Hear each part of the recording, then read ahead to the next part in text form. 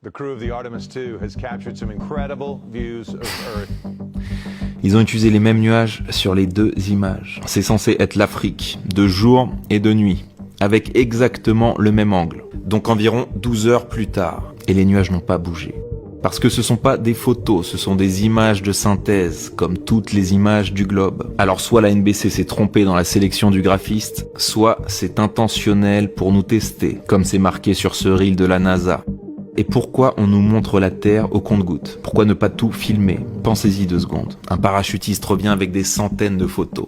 GoPro accroché au casque. Caméra 360 à la main. Vidéo 8K. 120 images par seconde. Mais quand il s'agit d'Artemis, on retourne dans les années 70. Avec des images floues.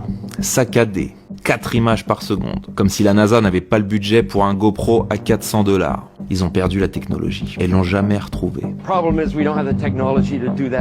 Et quand ils font un live, c'est prise fixe, sans hublot. Dès qu'ils pensent que ça ne tourne plus, on les voit attendre les instructions d'une personne en coulisses. Et oui, n'oubliez pas qu'ils sont en studio. Pour éviter de vous montrer la vue, ils vont détourner votre attention en vous parlant de problèmes de toilette.